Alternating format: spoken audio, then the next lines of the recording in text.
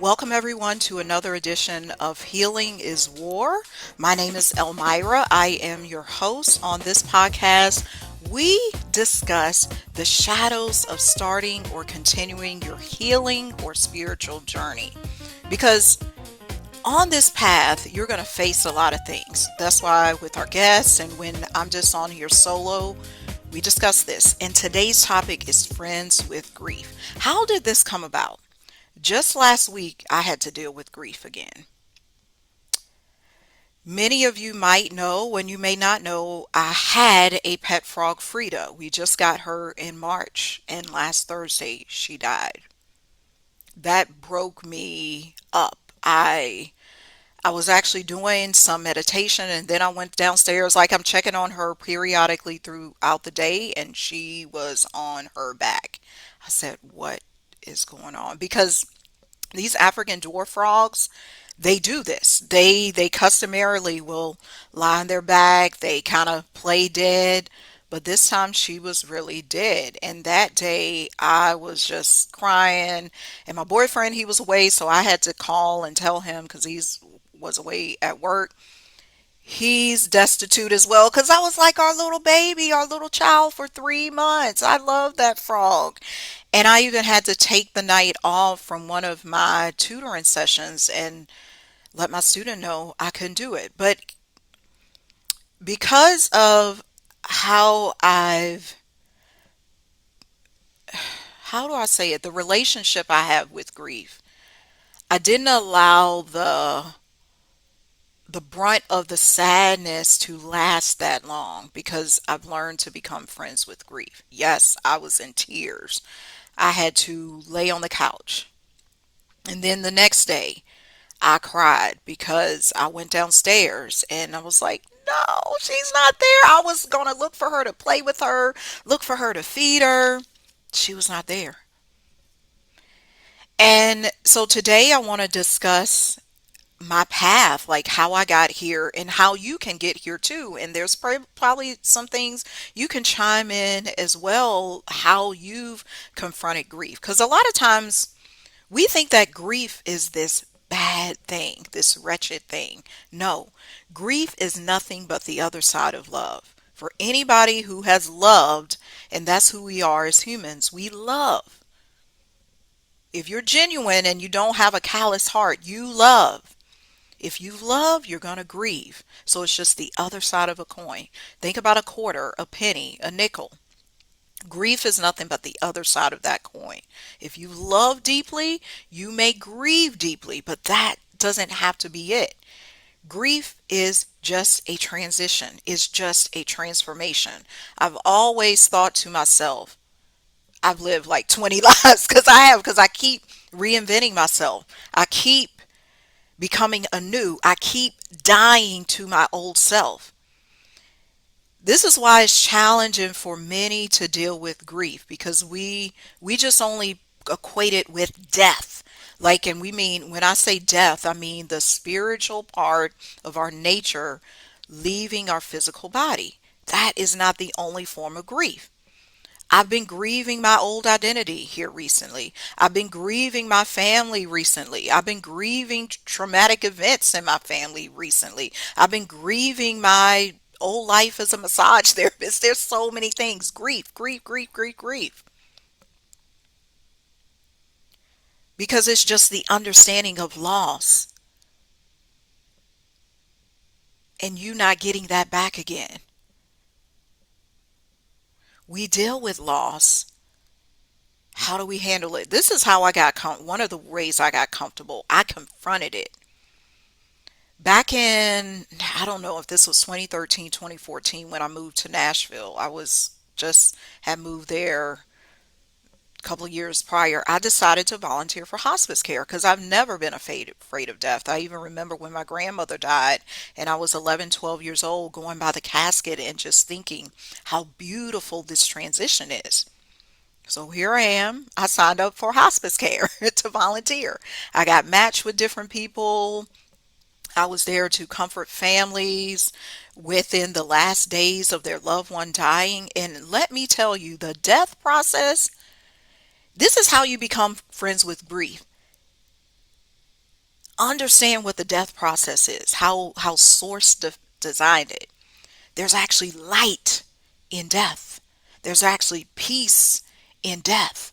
I saw that with my patients under hospice care. I even saw this when I went to visit my great aunt.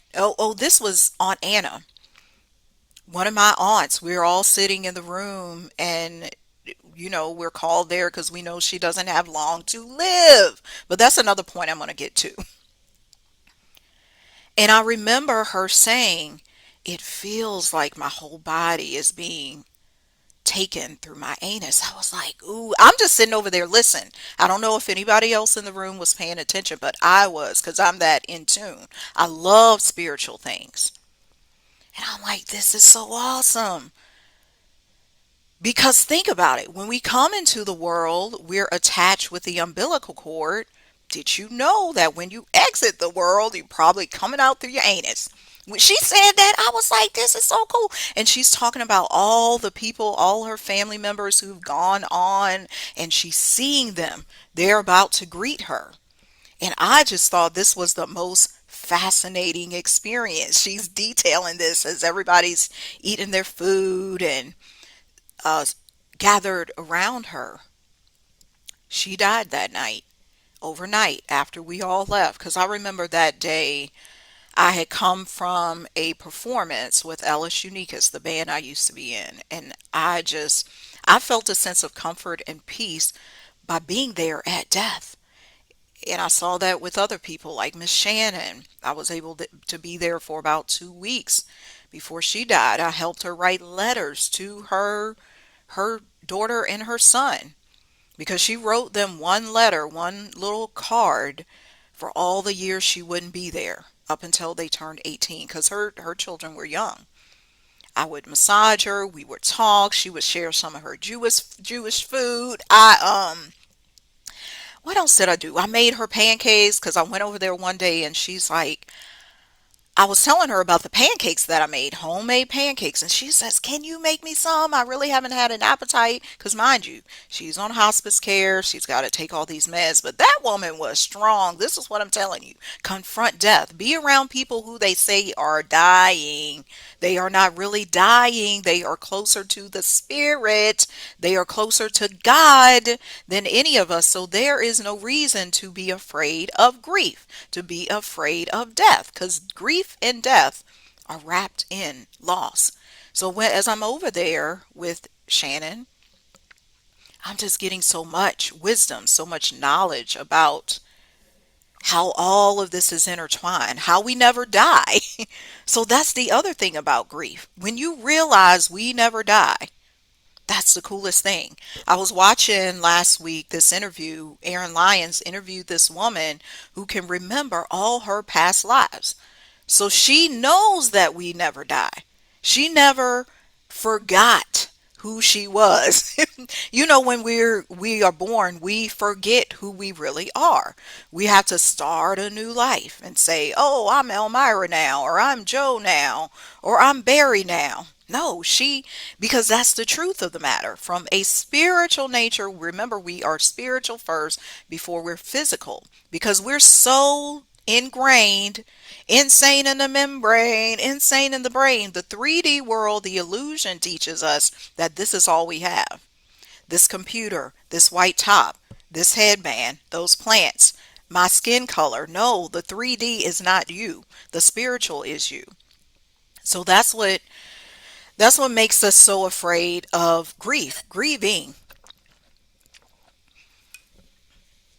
because we think we're losing it forever. We're losing that person forever. We're losing that job forever.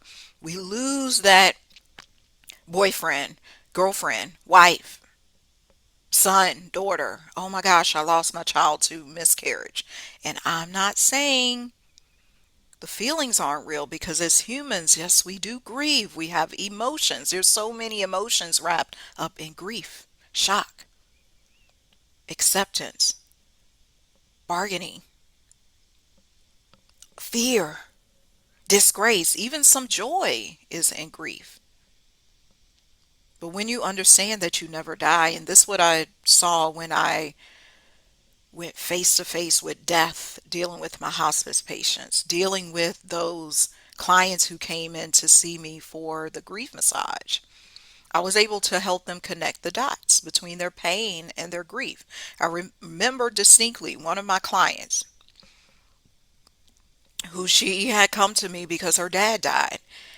And I was just feeling, I can feel things, and you can too. This is not just for me, this is for you. We all have these gifts. And I told her, I said, you know, your ankle pain is associated with your grief. She said, what do you mean? Yes, it is.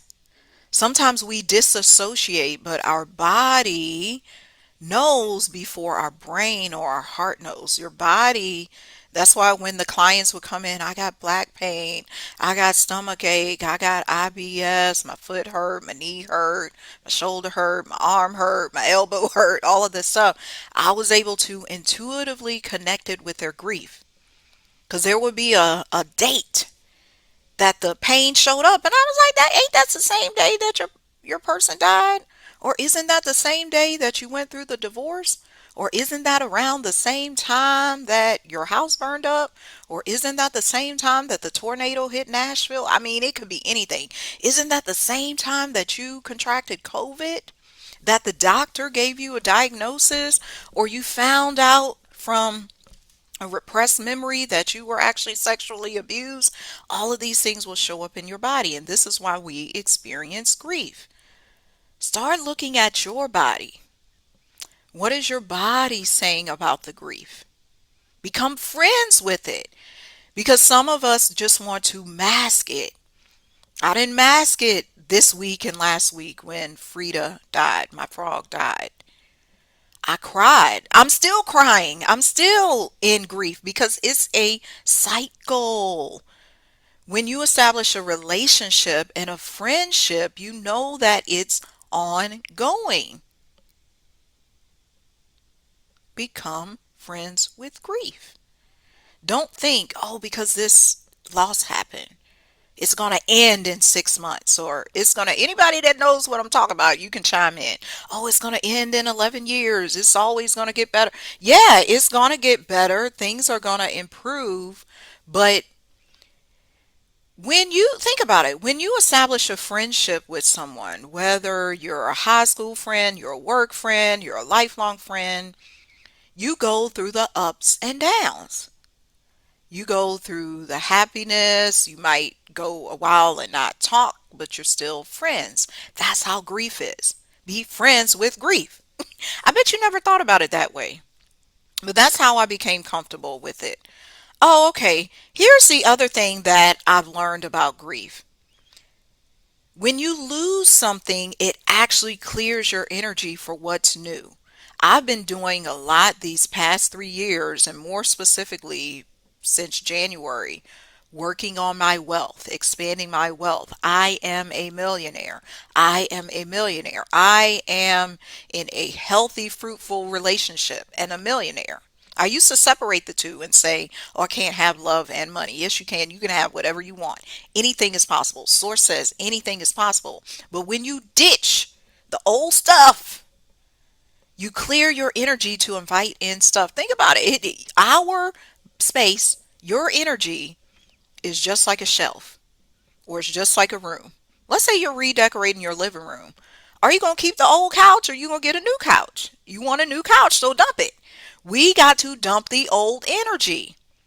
I've been having to dump some friends and family members. That's the reality of it, because they cannot go with me on this journey.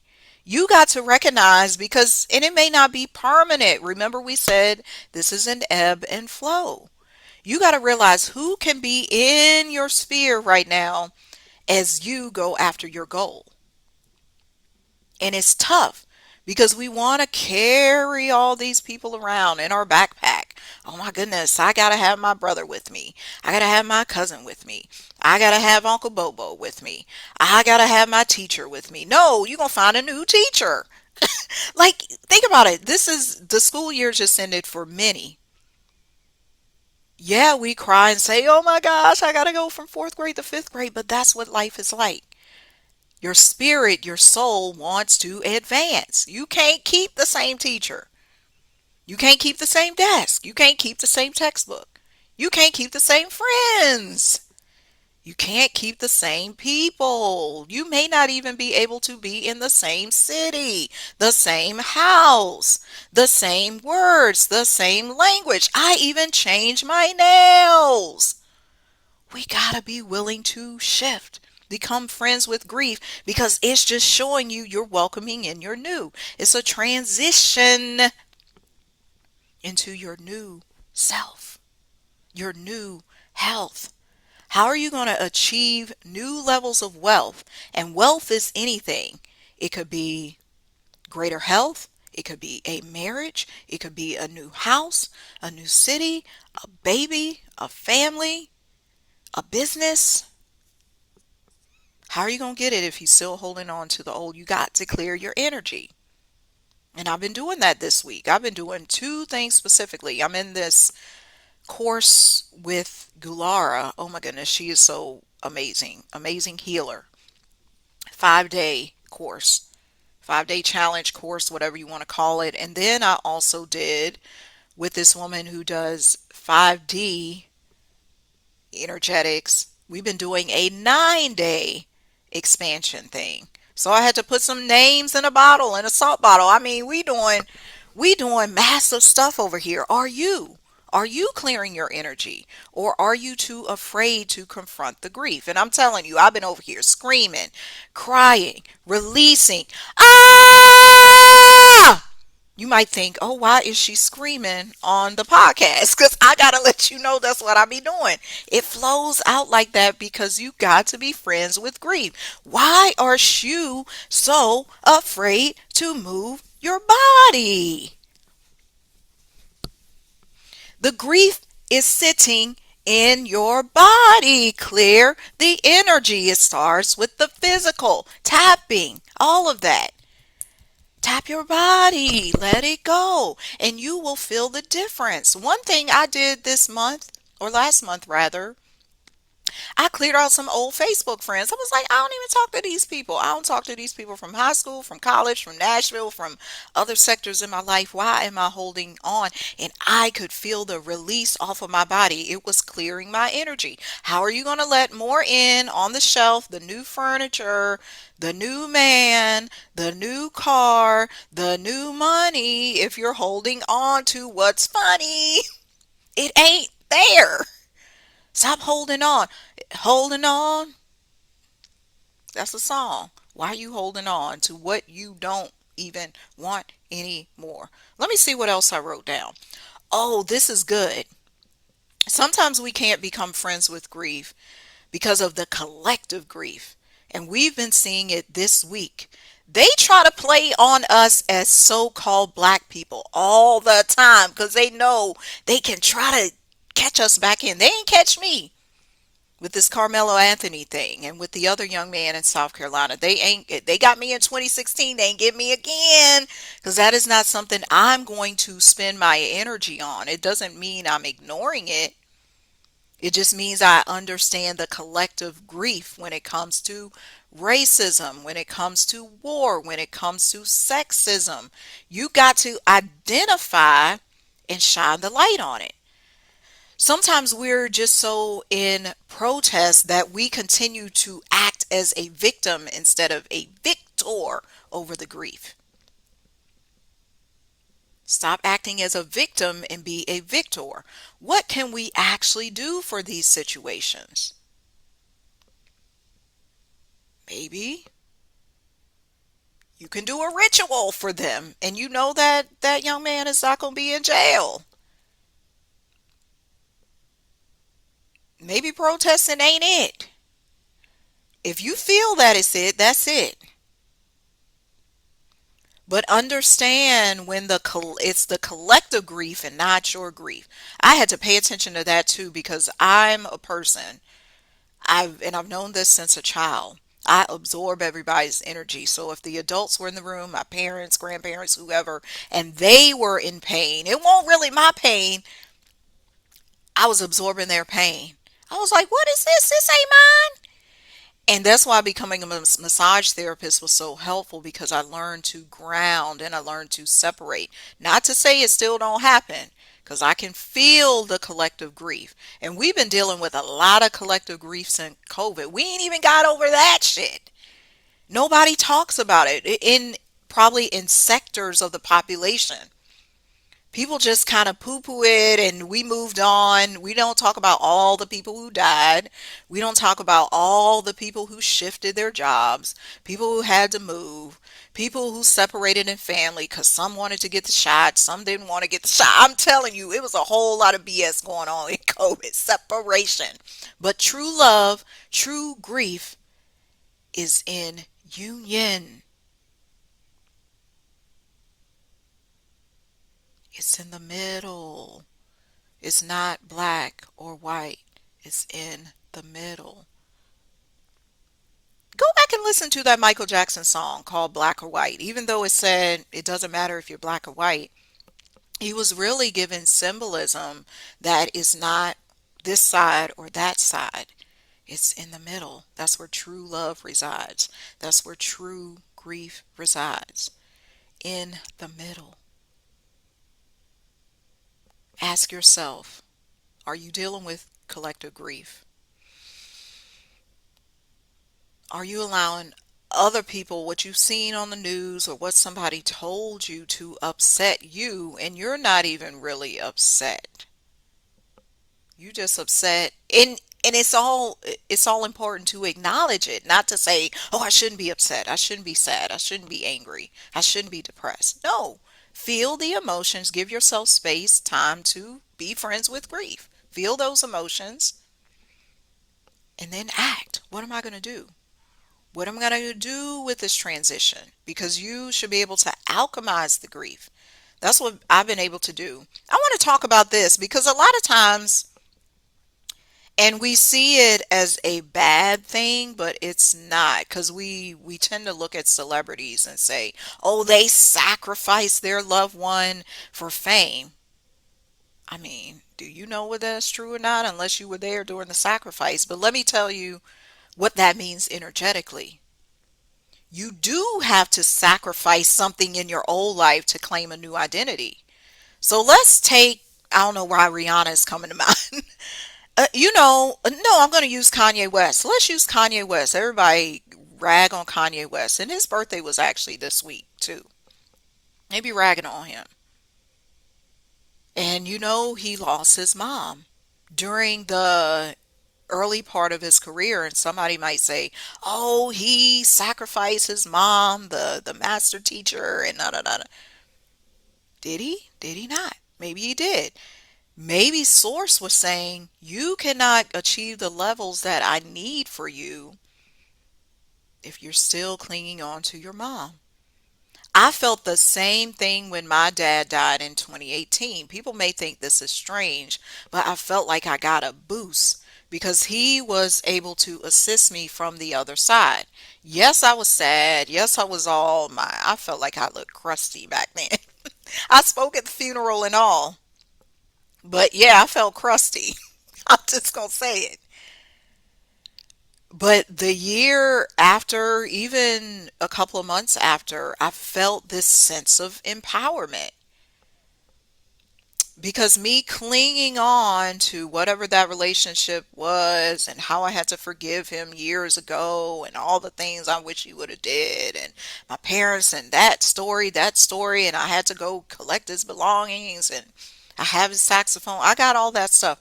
I felt heightened. And I'll tell you, within a month, I was featured on this show. Y'all might remember this show that used to come on called Pickler and Ben. I decided to go there to be in the audience. And they picked me. This is what I'm saying. Sometimes you think it's a sacrifice, it's just an opening for something greater. They picked me to sit in the front row. They even picked me to dance during the credits, like to get on the stage and dance for everybody, because I was open. I was ready. I had become friends with grief. When you release your grief, you open up for new things. Even when somebody dies, you may see it as a loss, but don't just only see it as a loss. See it as what is welcoming in for you. The greatness it can welcome in. Were you holding a lot of space for that person? Were you holding a lot of space for that job? I saw this in 2023 too. When I lost my massage office in my apartment, I talked about this many times. I was holding on to so much with my old life that I couldn't invite in my new life with Terrence. Ended up moving to Atlanta. Sometimes this what source will do. This what God will do. If you don't transition, because you need to be listening to your soul mission, if you don't transition quick enough, they gonna push you out. Tell me if that ain't true. You're gonna be like forced to move out. It's like you're in 10th grade and you don't want to go to the 11th. They gonna force you. They gonna be like, no, you got to get out. Or the parent who has to kick the child out. They don't want to leave on their own. That's what spiritually happens too. Sometimes you gotta get kicked out into a transition, into a transformation, because you wasn't gonna take it on your own. Breathe. I gotta breathe right now myself.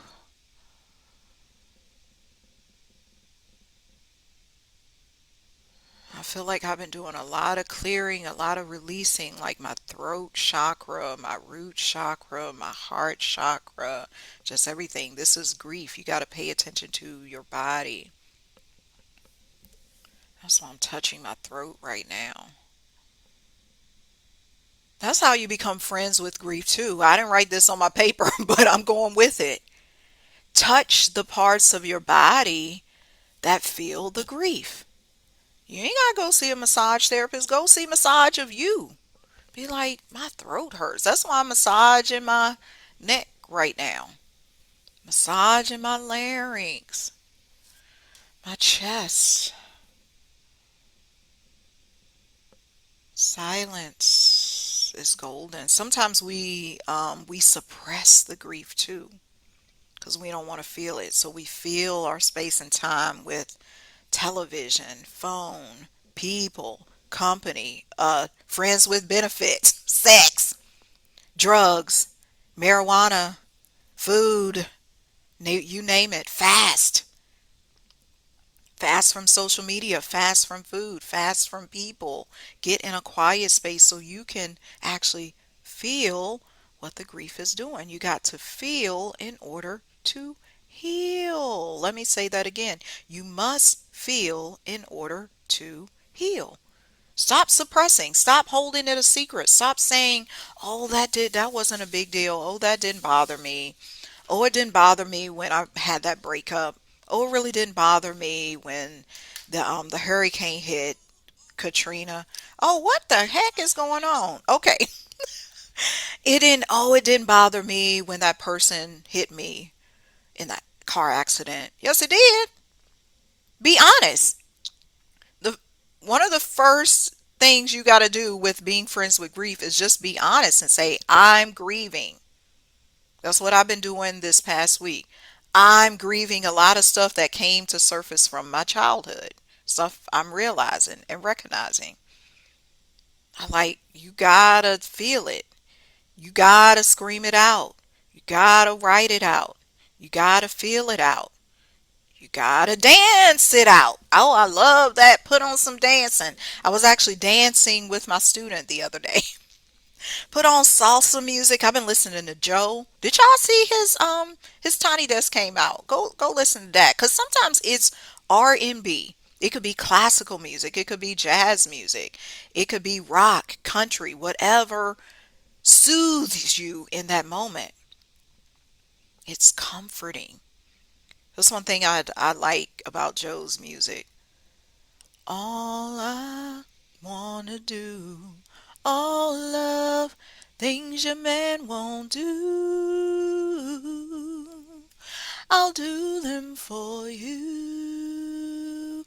And sing too, because that opens up your entire body from the root. You do not have to be a singer to sing out your grief. Become one with your entire body. That's how you become friends with grief. Stop shutting it off. Oh, I gotta go to work. My bereavement time is over. So the end is there. Or they told me after my pregnancy I only get 6 weeks and then I got to go back to work. Who told you that crap? If you need to grieve your whole life, I know a lot of women deal with some type of postpartum symptoms. I'm not even going to call it depression, but there's a technical medical diagnosis for that.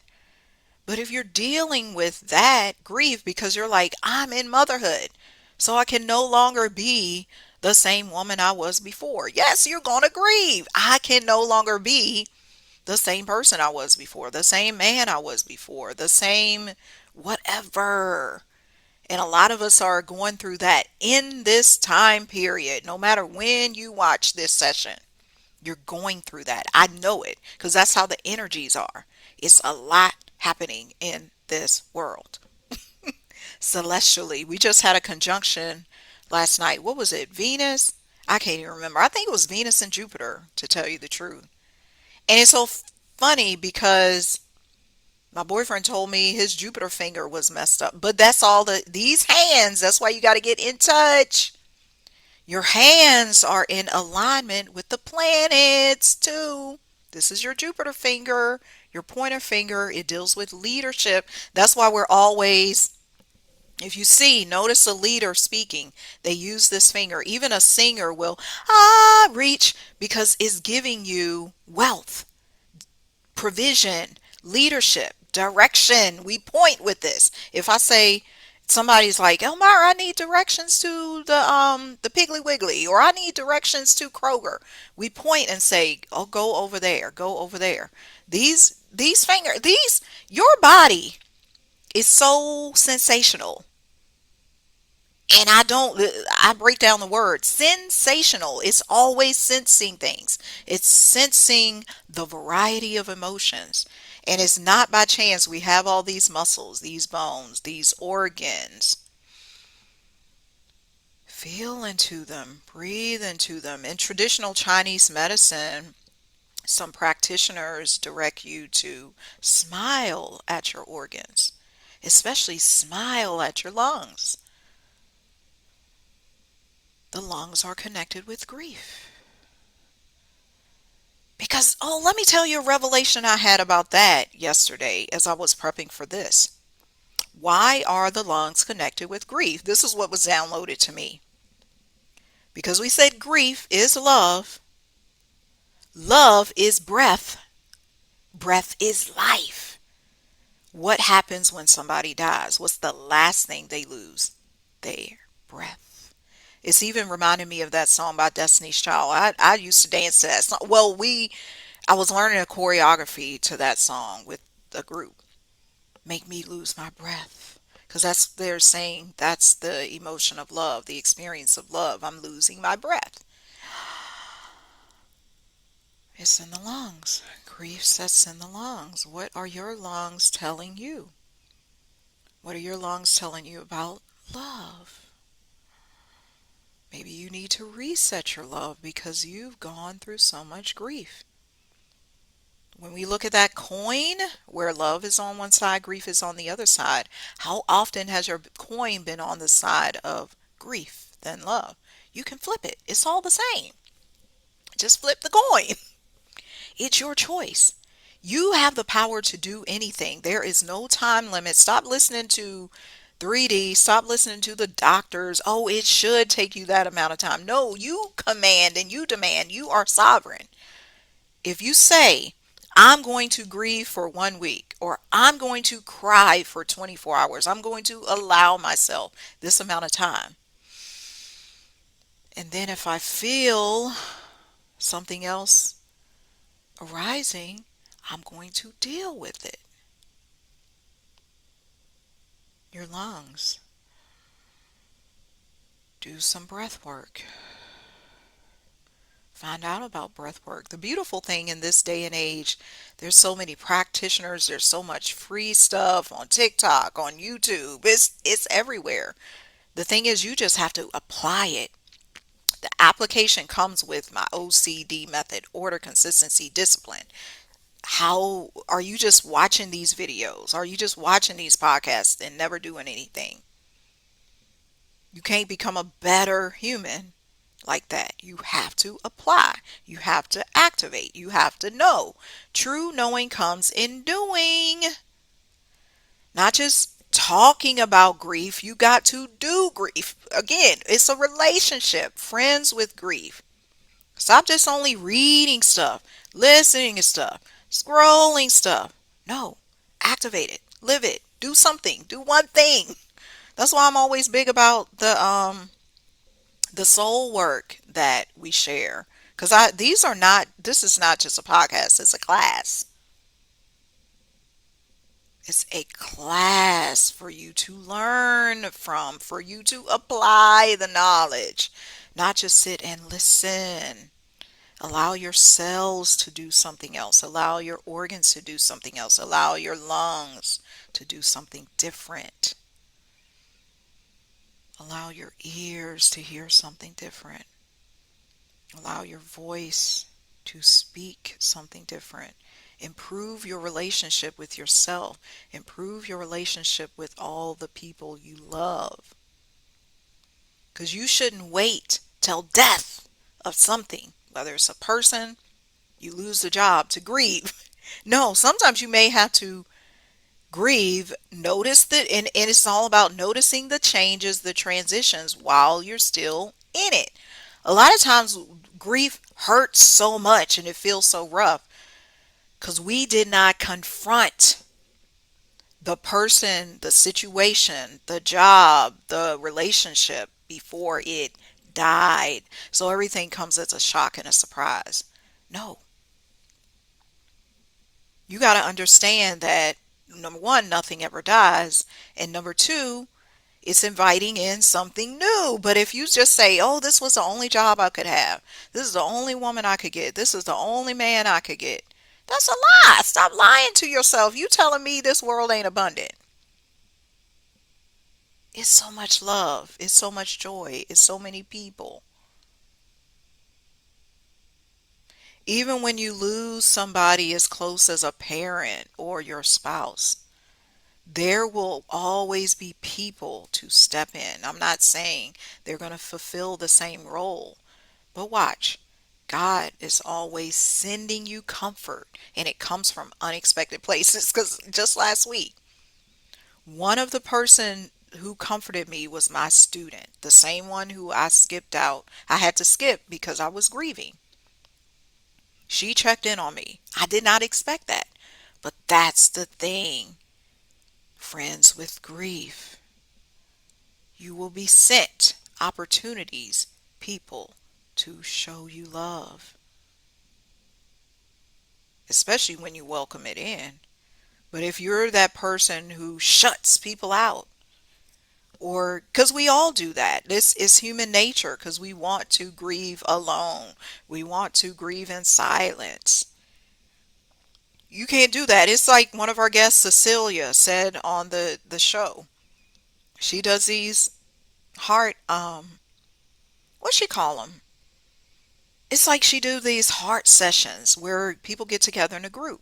It is advantageous to be in a group of those grieving. I went to grief circles like that. It doesn't mean you got to go all your life or every Thursday night this year. No, go when you need to. Okay, I only have one piece of soul work for you, and it is this.